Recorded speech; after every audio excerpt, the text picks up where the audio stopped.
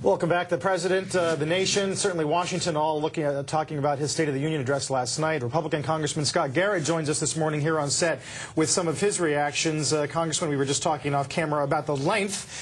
Few State of the Unions go as long as he did last night, and the joke around some circles this morning is that it was an attempt to keep people from staying up long enough to see the Republican response. Just your thoughts on it, and did you hear anything that moved the needle in terms of reaching any kind of bipartisan compromise on any issue at this point? Well, there was a lot of talk about bipartisanship. I mean, that's he came out of the box saying, I'm going to be bipartisan, what have you, with one breath. But then he took another breath, and the other breath was, I'm going to blame this person and that person and that person. You know, he goes back to the same mantra that they've used all along, the same mantra that Menendez in the Senate says, this is going to be our strategy. We're going to go after Bush. We're going to go after the Republicans. And so that was disconcerting to say, how can you speak with one hand, I'm going to blame everybody and not take responsibility, and then double down going down in the future?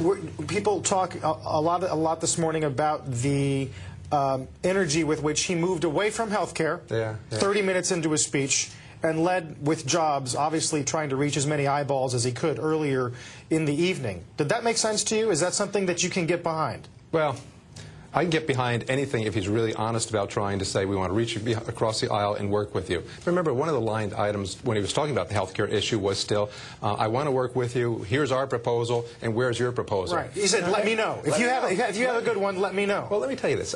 When he gave his last address, which was several months ago, which was not the State of the Union, but he came to a joint session of Congress and did it, I was lucky enough to get an aisle seat at that time. He said the exact same thing then. He says, I want to work with you, let me know. I was on the aisle. He walks down. I have with me about 24 ideas, about 20 or 30-page document. I said, Mr. President, great speech. I want to work with you, too. I handed it to him.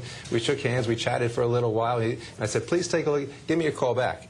Now, there wasn't any garbage can right when he left, so he didn't throw it away after we left. But he has those ideas, and they've been out there not just for the last few months. They've been out there for the entire year. And for him to stand up there and say, let me know, Republicans have a proposal that will do the whole thing as far as ensuring Americans, the whole thing, provide health care coverage at a lower cost, and actually bring down the cost of premiums by how much? 10%. 10% for people who are paying premiums. So we have a proposal.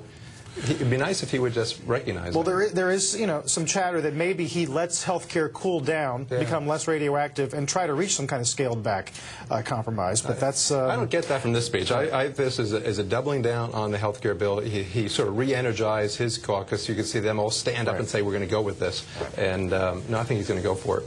Interesting to get your thoughts, Congressman. Sure. Good to see you, as always. Scott Garrett joining us. When we come back, we'll get some top stories, plus quarterly results from Dow Component P&G.